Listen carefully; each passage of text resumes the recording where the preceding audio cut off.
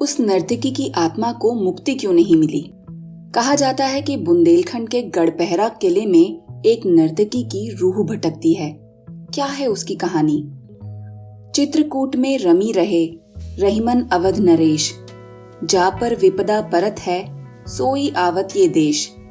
कवि रहीम ने इस दोहे के जरिए चित्रकूट का बड़ा ही खूबसूरत और मार्मिक वर्णन किया है। बुंदेलखंड की पावन धरा अक्सर मुसीबत के मारे लोगों का सहारा बनती है। भगवान राम को जब 14 साल का वनवास हुआ तो उन्होंने लक्ष्मण और सीता के साथ अपना अधिकांश समय यहीं बिताया। रहीम को भी मुगल बादशाह जहांगीर ने चित्रकूट में नजरबंद कर दिया था। अकबर के नवरत्नों में शामिल थे रहीम। ऐसे में जहांगीर का मन रहीम की ओर से हमेशा मैला ही रहा। यही वजह थी कि उनका दर्द इस दोहे के माध्यम से फूटा। मध्य प्रदेश का चित्रकूट प्राकृतिक रूप से बेहद खूबसूरत है। ये बुंदेलखंड का हिस्सा है। विंध्याचल की पहाड़ियां इसे सदियों से अपने भीतर समेटे हुए हैं। इसी बुंदेलखंड के सागर में एक किला है, जहां एक नर्तकी की अतृप्त आत्मा भटकने की बात कही जाती है। इतिहास की किताबों में तो सागर शहर का इतिहास 1600 ईस्वी तक सिमट कर रह जाता है, जब राजा उदन शाह ने एक किले और लाखा बंजारा झील का निर्माण कराया था। लेकिन इतिहास की धूल झाड़ने पर पता चलता है कि इस शहर से करीब 12 किलोमीटर दूर पुराना सागर था। वहां आज भी गढ़पहरा का किला और एक शीश महल मौजूद है। इस किले का इतिहास कुछ खास चर्चित नहीं, ना ही यहाँ कोई बड़ी लड़ाई लड़ी गई, लेकिन इससे जुड़ी एक कहानी है जो सैकड़ों बरस से रहस्य बनी हुई है। कहा जाता है कि गढ़पहरा किले में एक नर्तकी की रूह भटकती है। कई लोग उसकी रूह को देखने का दावा करते हैं। किले की बात करें तो यहाँ कोई शिलालेख नहीं लगा, ना ही पुरातत्व विभाग का कोई ठोस अनुसंधान। एक बोर्ड जरूर देखने को मिलता है जिस पर लिखा है संरक्षित स्मारक किला गढ़पहरा। यहाँ पर सबसे ताजा निशान पुरातत्व विभाग के ही हैं। लेकिन इससे पहले मराठा शासकों की शैली में किले के मुख्य द्वार पर बना हनुमान मंदिर बताता है कि इस पर मराठों का कब्जा रहा। मंदिर में विराजमान हनुमान जी को गढ़पहरा बब्बा नाम से पूजा जाता है। इस लिहाज से ये आस्था का भी प्रमुख केंद्र है। कहते हैं कि नर्तक और नर्तकी की भटकती आत्माएं सैनिकों को डराती थीं। फिर मराठा शासकों ने मंदिर बनवाया और उन आत्माओं के भय से मुक्ति पाई। तभी से यहाँ हर साल आषाढ़ में भव्य मेला लगता है, जिसमें लाखों की तादाद में लोग पहुँचते हैं। अब सवाल उठता है कि ये किला मराठों के पास कैसे आया? इसका जवाब जानने के लिए हमें वापस इतिहास में जाना होगा। उस समय बुंदेलखंड पर बुंदेला राजा छत्रसाल का राज था। मुगलों ने आक्रमण करके उनके राज्य को चारों ओर से घेर लिया। तब महाराज छत्रसाल ने पेशवा बाजीराव को बुंदेली भाषा में ये पत्र लिखा। जो गति ग्रह गजेंद्र की, बागति भाई है आज। बाजी जात बुंदेल की, बाजी राखो लाज। यानी हमारी हालत उस हाथी जैसी हो गई है जिसकी टांग ग्रह यानी मगरमच्छ ने पकड़ ली है। बुंदेल वंश की बाजी अब हाथ से निकल रही है। बाजीराव आओ और हमारी लाज रखो। पत्र मिलते ही पेशवा ने अपनी सेना के साथ राजा छत्रसाल की सहायता के लिए कूच किया और मुगलों की सेना को खदेड़ दिया।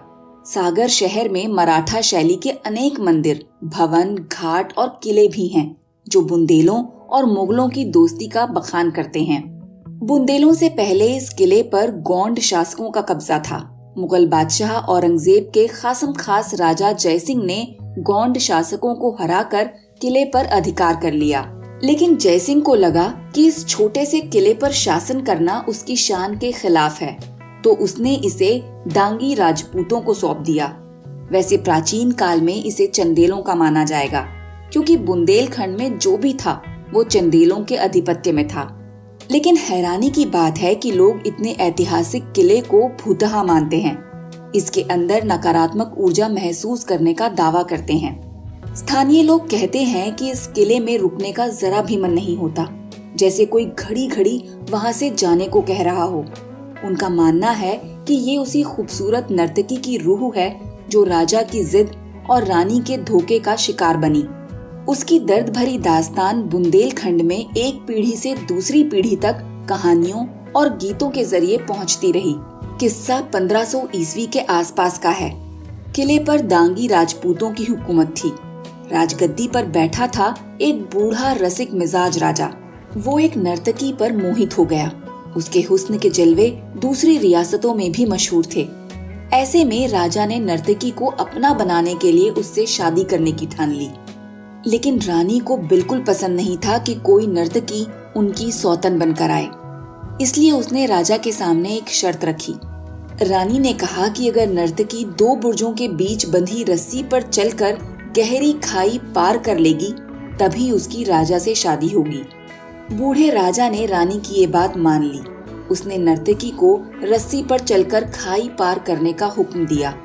जब करतब शुरू हुआ तो उसे देखने के लिए हजारों की भीड़ जुट गई। ढोल ताशे नगाड़े सब तैयार थे। दूर दूर से बैलगाड़ियों से लोग पहुंचे थे नर्तकी का करतब देखने। किले और उसके सामने वाली पहाड़ी पर बने बुर्ज की दूरी करीब 500 मीटर थी। रस्सी सैकड़ों फुट ऊपर बांधी गई। इस रस्सी को मजदूर महीनों से तैयार कर रहे थे, क्योंकि बात राजा की थी। नर्तकी ने रस्सी पर चलना शुरू किया। ढोल बजने लगे।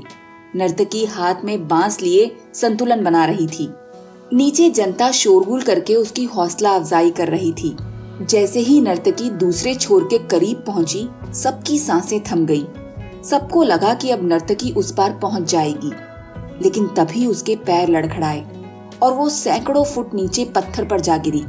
थोड़ी देर तक तड़पी, फिर उसके प्राण निकल गए। हर कोई अवाक रह गया। राजा भी थोड़ी देर के लिए बेसुध हो गया। उसने आदेश दिया कि जिस पत्थर पर नर्तकी गिरी है उसे कोई नहीं हटाएगा। वो उस नर्तकी की निशानी के रूप में हमेशा वहीं रहेगा।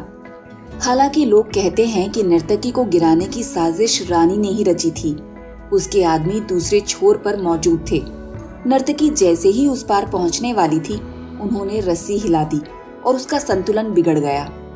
राजा को ताउम्र इस साजिश का पता नहीं चला। वो इसे हादसा ही मानता रहा। रानी चाहती भी यही थी, क्योंकि अगर राजा को सच्चाई का पता चल जाता तो वो उसे सूली पर चढ़ा देता। कहा जाता है कि जब वहां नर्तकी की रूह दिखाई देने लगी तो राजा भी उसे बावलों की तरह ढूंढता, लोगों से उसके बारे में पूछता। फिर नर्तकी की बद्दुआ से किला खंडहर बन गया। शीश महल वीरान हो गया। कहते हैं कि इस वीराने में आज भी उसकी आत्मा भटकती है। शाम ढलने के बाद महल और किले की तरफ कोई नहीं जाता।